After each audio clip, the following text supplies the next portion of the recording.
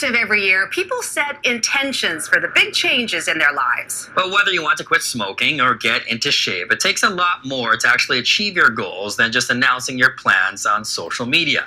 Life coach and founder of YUOLOGY, Tanya Matu, joins us this morning with some practical steps. Good morning. Good morning. So yeah, let's talk about goal setting. So how can we ensure success or guarantee it? Sure. So I would say that the first thing is to align your goals with who you are and what your values are and what you stand for, opposed to what we think we might need to do or what, say, society's expectations are of us. Oh, because then you'll actually want to do them. Exactly. Yeah. And it might be more achievable as well. Yeah, exactly. Yeah. Okay, so you have 5 steps to goal setting, and these are sort of like an outline of how people can help choose what they want to, the kind of goals they want to set. Yeah. To accept where you are. Yes.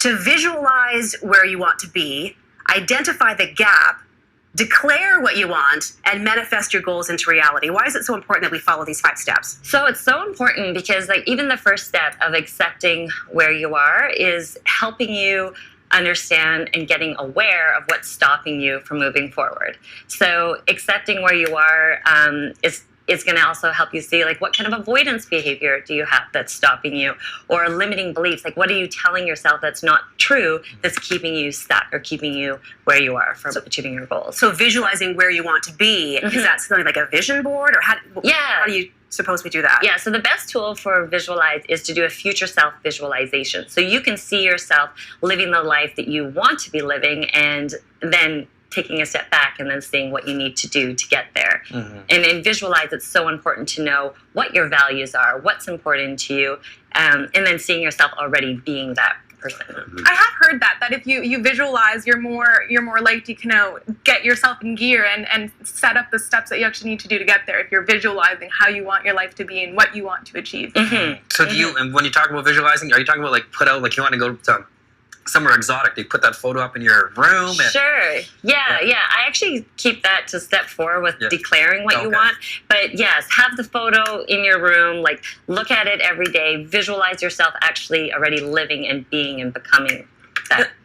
This third step, identifying the gap, I think is an interesting one. So how do we identify what the gap is? And what is the gap? Like something missing from our lives? No, not at all. It's the gap between where you are today and where you want to be, so that you know what steps you need to take to get there. Okay, so the weight I am now to the weight. Yeah.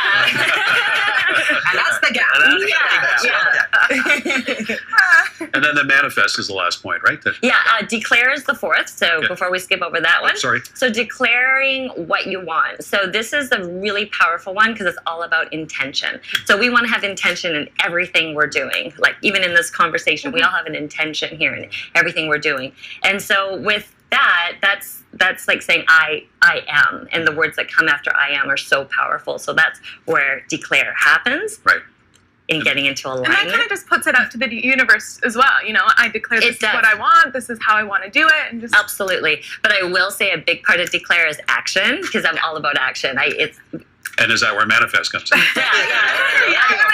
Just like we rehearsed it.